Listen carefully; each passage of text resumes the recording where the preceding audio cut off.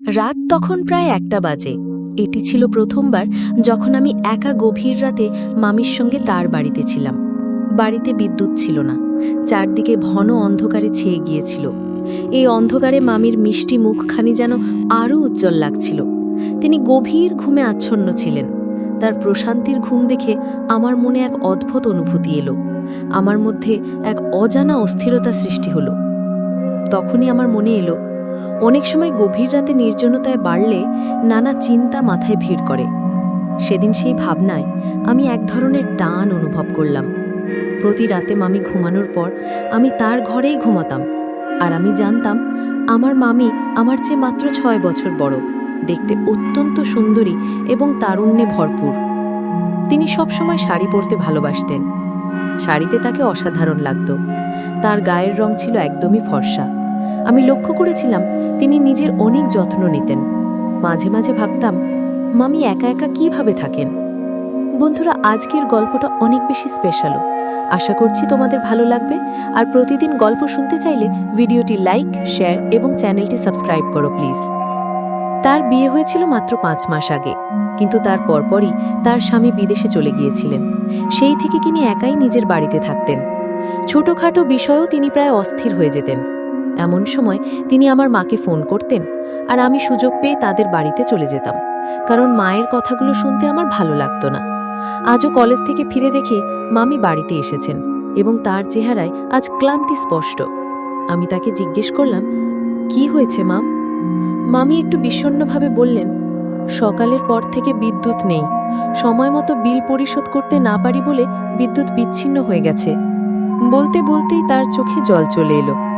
আমি তখন তাকে জিজ্ঞেস করলাম, বিল কেন সমাজ মতো পরিশোধ করা হলো না? তিনি বললেন, তোমার মামা বিদেশে আছেন, আমি একা সবকিছু সামলাতে হিমশিম খাচ্ছি।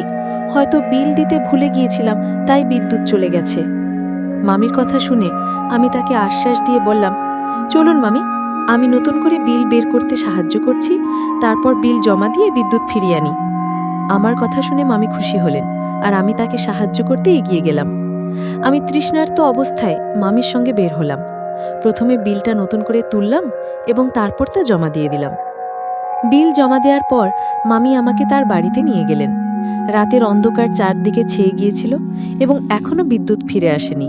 আমরা ঘরে ঢোকার পর চারদিকে কিছুই দেখা যাচ্ছিল না। আমি তাড়াতাড়ি আমার ফোনের টর্চটা জ্বালালাম, আর সেই আলোতে মামির মুখের দিকে তাকাতেই আমার মনে কিছু ভাবনা এলো। এই হালকা আলোতে তার অপরূপ সৌন্দর্য ফুটে উঠেছিল। আমি তাকে বললাম, আপনি বেডরুমে গিয়ে একটু বসুন, আমি লাইটের ব্যবস্থা করতে চেষ্টা করছি। মামি বললেন, আমার অন্ধকারে ভয় লাগে, তাই তো তোমাকে সঙ্গে নিয়ে এসেছি। মামির কথায় তাকে আশ্বাস দিয়ে কাঁধে হাত রেখে বললাম, আপনার ভয়ের কিছু নেই, আমি আছি আপনার সঙ্গে। আমি তাকে নিয়ে গিয়ে বিছানায় বসালাম এবং বললাম, আপনি একটু বিশ্রাম নিন, আমি লাইটের ব্যবস্থা করতে যাচ্ছি। যখন আমি ঘর থেকে বেরোতে গেলাম, মামি আমার হাত ধরলেন এবং আমাকে জড়িয়ে ধরলেন। আমার মনে তখন আবেগে ভরে উঠল। আমি তাকে সান্ত্বনা দিয়ে বললাম, আপনার চিন্তার কোনো দরকার নেই, আমি কিছু একটা ব্যবস্থা করছি। আমার কথায় মামি কিছুটা শান্ত হলেন। আমি ঘর থেকে বের হয়ে ভাবতে লাগলাম কিভাবে মামির উদ্বিগ্ন মন শান্ত করা যায়। মামি আমাকে সবসময় নিজের আত্মীয়ের মতোই বিশ্বাস করতেন। তার উদ্বেগ কমানোর জন্য আমি দুধের গ্লাসে সামান্য ঘুমের ওষুধ মিশিয়ে দিলাম, যাতে তিনি একটু ভালো করে বিশ্রাম নিতে পারেন। তখনও বিদ্যুৎ আসেনি, তাই মামি সেই দুধ খেয়ে আমার সঙ্গে কিছুক্ষণ কথা বলতে লাগলেন। মামি খুবই অস্থির ছিলেন। তার মন বলছিল মামা হয়তো বিদেশে গিয়ে অন্য কারোর সঙ্গে সম্পর্ক গড়েছেন। মামা বিদেশে যাওয়ার পর থেকে তার কোনো খোঁজ নেননি বা কোনো খবর পাঠাননি, তাই মামি দুশ্চিন্তাগ্রস্ত হয়ে পড়েছিলেন। মামার কথা বলতে বলতে মামির চোখ ভিজে উঠল, আর আমি তাকে সান্ত্বনা দেওয়ার চেষ্টা করলাম। আমি মামিকে বললাম যে তার দুশ্চিন্তা করার কোনো কারণ নেই, মামা কখনো এমন কিছু করবেন না যা তাকে কষ্ট দেবে। মামি আমার পাশে দাঁড়িয়ে ভীষণ আবেগপ্রবণ হয়ে কাঁদছিলেন। আমি তাকে শান্ত করার চেষ্টা করলাম এবং অপেক্ষা করছিলাম যে তিনি কখন একটু ঘুমিয়ে পড়বেন, যাতে তার মানসিক ক্লান্তি কিছুটা দূর হয়। কিছুক্ষণ পর দেখি মামি গভীর ঘুমে আচ্ছন্ন হয়ে পড়েছেন। তিনি গোলাপি শাড়িতে শুয়েছিলেন। তার শান্ত মুখ দেখে সত্যি প্রশান্তি অনুভব করলাম। সেই রাতে আমি মামির বাড়িতেই থেকে গেলাম। দুধে মেশানো ওষুধের প্রভাব থাকায় মামি গভীর ঘুমেছিলেন এবং আমি সেই সময় তাকে সম্পূর্ণ সান্ত্বনা দিতে পারলাম। সকালে উঠে দেখি মামি উঠে পড়েছেন এবং আমার দিকে তাকিয়ে আছেন। আমি তখন তাকে জিজ্ঞেস করলাম, কি হয়েছে? আপনি এভাবে তাকিয়ে আছেন কেন? মামি মৃদু গলায় বললেন, আধেক দিন চলে গেল আর তুমি এখনো ঘুমাচ্ছ? এবার উঠে বাড়ি যাও, তোমার মা তোমার খোঁজ করছেন। আমি মামিকে হেসে বললাম, মা সব সময় দুশ্চিন্তা করার অভ্যেস আছে, আমি তো আর অন্য কোথাও যাইনি, আমি মামির কাছেই ছিলাম। মামি তখন মৃদু হাসি দিয়ে বললেন, এত কথা বলার দরকার নেই, তুমি আমার বিছানায় কেন ঘুমালে? বাড়িতে তো আরো ঘর ছিল, তুমি চাইলেই অন্য ঘরে ঘুমাতে পারতে। মামির কথায় আমি একটু অপ্রস্তুত হয়ে গেলাম, তবে বুঝতে পারলাম যে তিনি রাতের ঘটনাগুলো নিয়ে কিছুই মনে করেননি। মামির কথাগুলো এড়িয়ে আমি উঠে ফ্রেশ হয়ে নিলাম, তারপর বাড়ি ফেরার জন্য প্রস্তুত হলাম। বাড়িতে পৌঁছতেই দেখি মা রাগ করে বসে আছেন। বললেন, কাল সকালে গিয়েছ, আজ ফিরছ? আমি মাকে বললাম, মামি অন্ধকারে একা থাকতে ভয় পাচ্ছিলেন, তাই থেকে গিয়েছিলাম। এখন সকালে বিদ্যুৎ এসে গেছে, তাই তিনি নিশ্চিন্ত আছেন। মা তখন বললেন, তোমার মামির এমনই স্বভাব, সবসময় ছোট ছোট বিষয় নিয়ে দুশ্চিন্তা করেন। তার মনে হয় তার স্বামী বিদেশে গিয়ে অন্য কোথাও আসক্ত হয়েছেন। সে তো সেখানে কাজ করছে, কিন্তু মামি চান যে তিনি যেন সবসময় ফোনে তার সঙ্গে কথা বলেন। মামা এই অতিরিক্ত চিন্তার অভ্যেস নিয়ে বিরক্ত ছিলেন, আর আমি মায়ের কথা চুপচাপ শুনে যাচ্ছিলাম। এভাবেই দুদিন কেটে গেল এবং আমি মামির বাড়ির দিকে আর যাইনি। তবে মন চাচ্ছিল কিভাবে আবার মামির বাড়িতে যাওয়া যায়। দুদিন পর সন্ধ্যায় বন্ধু-বান্ধবের সঙ্গে সময় কাটিয়ে বাড়ি ফিরলাম এবং দেখলাম মা পনিরের তরকারি রান্না করছেন। মায়ের সামনে ইচ্ছে করেই বললাম, মামি তো পনিরের তরকারি ভীষণ পছন্দ করেন, যদি কাছেই থাকতেন তবে দিয়ে আসতাম। মা মামির উপর মাঝে মাঝে বিরক্ত হলেও তাকে খুব ভালোবাসেন। আমার কথা শুনে মা বললেন, মামির বাড়ি এতটাও দূরে নয়, তুমি তো বাইক নিয়ে 5 মিনিটেই পৌঁছে যেতে পারো, যাও গিয়ে দিয়ে এসো। আমি মনে মনে এই সুযোগের অপেক্ষায় ছিলাম। মুখে একটু অনিচ্ছার ভান করে বললাম, ঠিক আছে, আপনি প্যাক করে দিন, আমি দিয়ে আসছি। আর আমি মনে মনে অনেক খুশি হলাম। মা তাড়াতাড়ি করে পাত্রটা গুছিয়ে দিলেন আর আমি মামির বাড়ির দিকে রওনা দিলাম। মামির বাড়িতে পৌঁছে দেখি তিনি খেতে বসেছেন। পনিরের তরকারি দেখে তার মুখে হাসি ফুটে উঠল। খেতে বসালায় আমিও তার সঙ্গে বসে গেলাম। খাওয়া শেষ হওয়ার পর আমি চায়ের আবদার করলাম। তখনই মনে হলো বাড়ি ফিরতে আর মন চাইছে না। চা খেতে খেতে আমরা দুজনে লুডো খেলায় মেতে উঠলাম। গল্প করেই সময় কাটতে থাকলো। মামা না থাকায় মামি ভীষণ একাকী হয়েছেন। বিভিন্ন কথা আমাকে জানালেন। আমি বাড়িতে ফোন করে মাকে জানালাম যে মামি আমাকে জোর করে থাকতে বলছেন, যদিও মামি এমন কিছু বলেননি। তারপর মামির দিকে তাকিয়ে বললাম, মামি, আপনি এত দুর্বল হয়ে পড়ছেন, নিয়মিত দুধ খান না কেন? মামি হেসে বললেন, একেই তো কেউ দুধ এনে দেয় না, আর তার ওপর একা একা সব সামলাতে হয়। আমি তখন বললাম, ঠিক আছে, এই দায়িত্ব এখন থেকে আমার। আমি দুধ এনে তা গরম করে মামিকে দিলাম। দুধ হাতে নিয়ে মামি আমাকে স্নেহের দৃষ্টিতে দেখে বললেন, তোমার মতো ভাগ্নে সবার থাকা উচিত। তুমি আমার প্রতি এমন যত্নশীল যে তোমার মামা না থাকলেও আমার কোনো অসুবিধা হয় না। মামির কথা শুনে আমি মৃদু হেসে বললাম, কিন্তু তিনি জানতেন না যে আমার এই যত্নের পিছনে ভিন্ন উদ্দেশ্য রয়েছে। মামি দুধ পান করলেন এবং কিছুক্ষণ লুডো খেলার পর নিজের ঘরে ঘুমাতে চলে গেলেন। তার ঘুমের মধ্যে আমি রাতটা নিরিবিলি কাটিয়ে দিলাম। ভোরবেলায় ক্লান্তি অনুভব করে কিছুটা বিশ্রাম নিলাম। মামির কথা মনে পড়ায় আমি পাশের সোফায় শুয়ে পড়ি, যেন কোনোভাবে তিনি সন্দেহ না করেন। পরদিন সকালে আমি একটু দেরি করে ঘুম থেকে উঠলাম। যখন আমি উঠলাম, মামিও আমার সঙ্গে জেগে উঠলেন। তিনি বললেন, তুমি রাতে এখানে ছিলে? তোমার মা তো চিন্তা করবেন। আমি হাসি দিয়ে বললাম, না, আমি মাকে আগেই ফোনে জানিয়েছি। তিনি বরং খুশি যে আপনার পাশে কেউ ছিল, নইলে একা একা আপনি কিভাবে সময় কাটান এই ভেবেই মা সবসময় চিন্তিত থাকতেন। বিকেলের দিকে আমি বাড়ি ফিরে এলাম। মা তখন বললেন, তোমার পড়াশোনার দিকে খেয়াল দাও, মামির কাজে সারাক্ষণ লেগে থাকলে তোমার নিজের ভবিষ্যৎ নিয়ে চিন্তা করা হবে না। আমি তখন মাকে বললাম, মা, তিনি তো একা থাকেন, যদি আমরা তার কাজে একটু সাহায্য করতে পারি তাহলে খারাপ কি?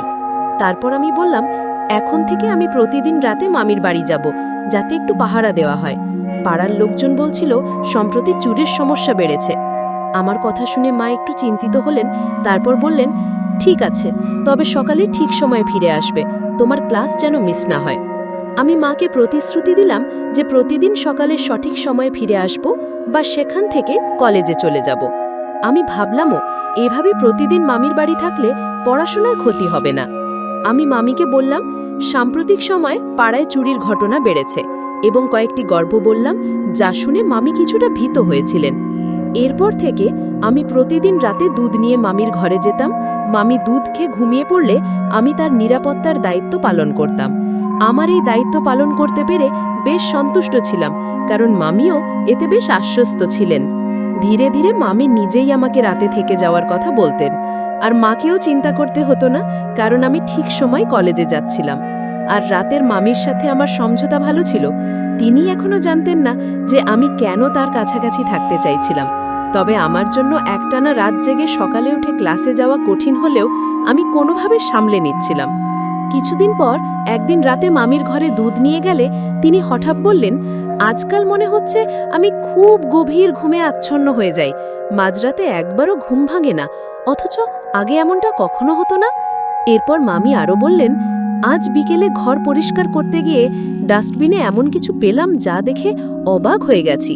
মামির কথা শুনে আমার শরীর ঘামে ভিজে গেল। আমি বুঝে গিয়েছিলাম মামি কি বলতে চাইছেন, কিন্তু ভান করে জানতেও চাইলাম না। মামি, কি এমন জিনিস পেয়েছেন যে আপনি এত চিন্তিত? আমি জানতাম তিনি সরাসরি কিছু বলবেন না, তাই আমি যেন কিছু জানি না এমনটাই দেখালাম। প্রথমে তিনি গভীরভাবে আমার দিকে তাকালেন, তারপর মাথা নাড়লেন এবং বললেন, না, কিছু না, তোমার জন্য এসব কিছু নয়, তুমি এখনো ছোট। মামি তখন দুধের গ্লাস শেষ করলেন এবং কথা বলতে শুরু করলেন। আমি মনে মনে হাসতে লাগলাম, কারণ মামি আমাকে এখনো শিশু ভাবছেন, অথচ প্রতিদিন রাতে আমি তার ঘুমের সুযোগ নিয়ে কিছু না কিছু করছিলাম। কিছুক্ষণ পর মামি আবার ঘুমিয়ে পড়লেন, আর আমি আমার কাজে মন দিলাম। আমার কাছে বিষয়টি বেশ আনন্দদায়ক লাগছিল, কারণ খুব সহজেই আমার পরিকল্পনা সফল হচ্ছিল। তবে একদিন মামি বললেন, আজ বিকেলে পাশের বাড়ির মহিলা এসেছিলেন, বেশ অদ্ভুত কিছু কথা বলছিলেন। আমি একটু অবাক হয়ে জিজ্ঞাসা করলাম, কোন মহিলা ম্যাম? বললেন, তিনি বলছিলেন যে রাতে আমাদের বাড়ির জানলা দিয়ে কিছু অদ্ভুত ব্যাপার দেখেছেন। মনে হয়েছে রাতে কেউ এসেছিল। মামির কথা শুনে আমার মনে শঙ্কা জেগে উঠল, কারণ গত রাতে আমি কয়েকজন বন্ধুকে মামির বাড়িতে ডেকেছিলাম এবং আমরা সবাই একসঙ্গে সময় কাটিয়েছিলাম। একদিন রাতে যখন আমি মামির সাথে একান্ত সময় কাটাচ্ছিলাম, হঠাৎই আমি বুঝতে পারলাম যে মামি পাশের বাসার এক মহিলা আমাদের বাড়ির দিকে নজর রাখছে। আমি তখন একটু ভয় পেয়ে মামিকে বললাম, মাম, আশেপাশের পাড়াপড়িদের আপনার ঘরে আসতে না দেওয়াই ভালো। সবাই জানে আপনি একা থাকেন, তাই তারা নানা রকম কথা বলছে। কাল যদি আপনার চরিত্র নিয়ে কিছু বলে, তখন আপনি কি করবেন? আপনার উচিত সবার কাছে সোজাসুজি বলে দেওয়া যে আপনার ব্যক্তিগত জীবনে কেউ নজর না রাখুক। মামি আমার কথায় সায় দিয়ে বললেন, তুমি ঠিকই বলেছ।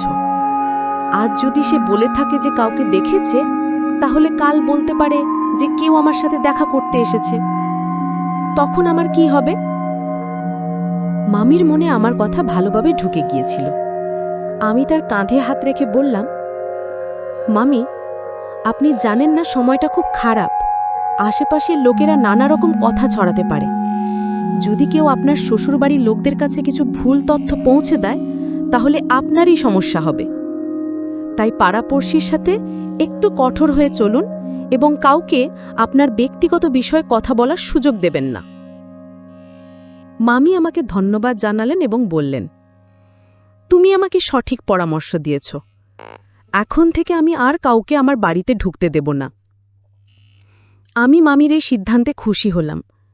আমার সরল মনের মামি আমার প্রতি অন্ধ বিশ্বাস করতেন, আর আমি সেই সুযোগটাকেই কাজে লাগাচ্ছিলাম।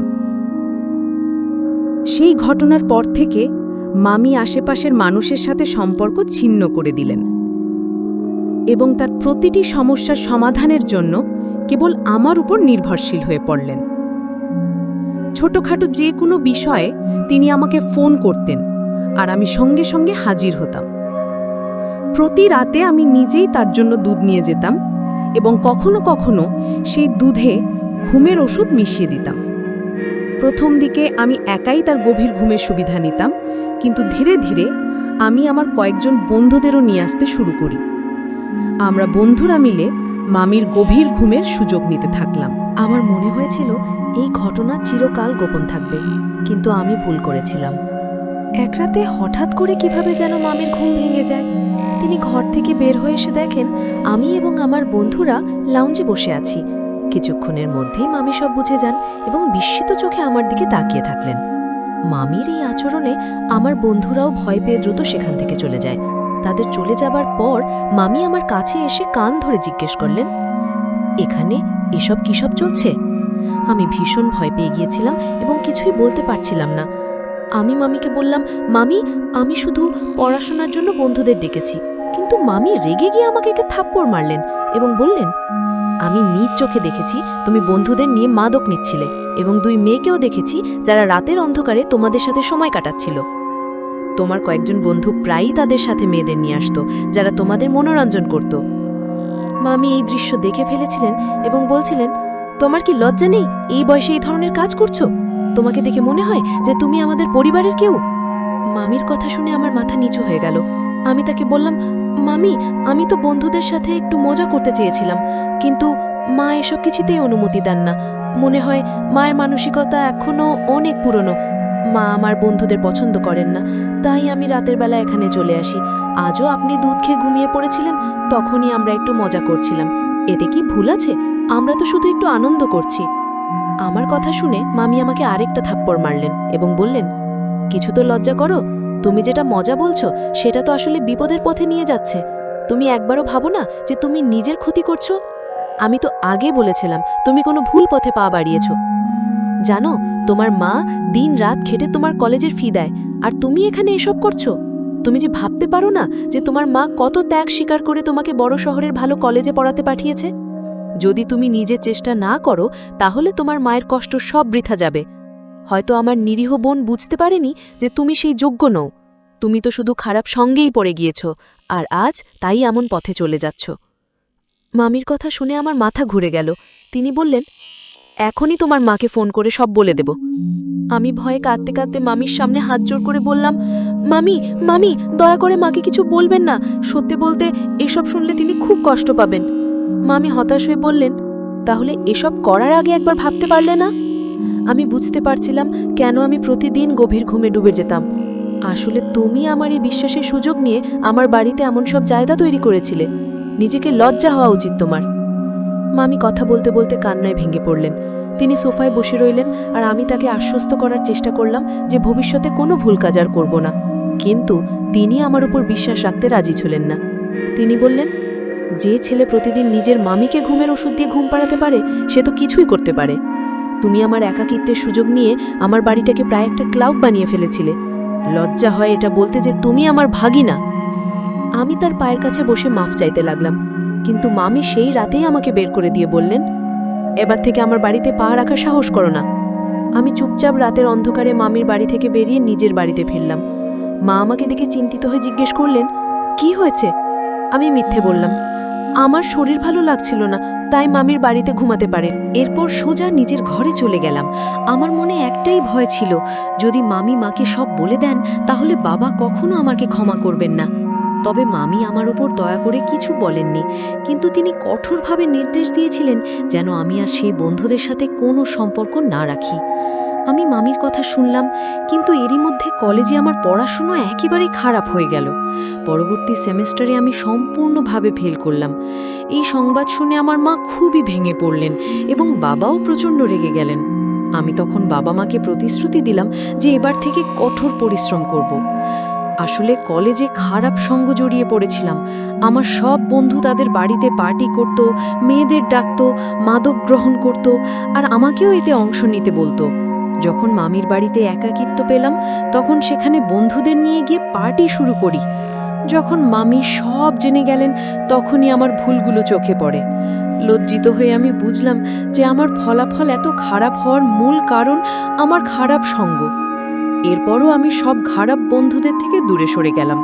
সৌভাগ্যক্রমে আমার অভ্যাস এখনও শক্তভাবে গড়ে ওঠেনি, তাই খুব দ্রুত আমি সেই অভ্যাস থেকে মুক্তি পেতে সক্ষম হয়েছি। এখন আমি সম্পূর্ণ মনোযোগ দিয়ে পড়াশোনায় মন দিয়েছি। আমি সকল ছেলেমেয়ের প্রতি এই বার্তা দিতে চাই, কলেজ বা বিশ্ববিদ্যালয়ে পড়াশোনা ছেড়ে এমন কিছু করবেন না যা ভবিষ্যৎ নষ্ট করে দিতে পারে। পড়াশোনার দিকে মনোযোগ দিন এবং জীবনে ভালো কিছু করুন। জীবনের প্রতিটি পদক্ষেপের সঠিক পথে চলা অত্যন্ত গুরুত্বপূর্ণ, কারণ ভুল পথ অনেক ক্ষতির দিকে নিয়ে যেতে পারে এবং পরিবারের সম্মান ও বিশ্বাস হারানোর সম্ভাবনা থাকে। বাবা মা আমাদের জন্য অনেক ত্যাগ স্বীকার করেন, তাই তাদের কষ্টের মূল্যায়ন করা এবং নিজেদের দায়িত্ব ঠিকমতো পালন করা আমাদের কর্তব্য। ভুল করলে তা থেকে শিক্ষা নেওয়া উচিত এবং ভবিষ্যতে সেই ভুল আর না করার চেষ্টা করা উচিত।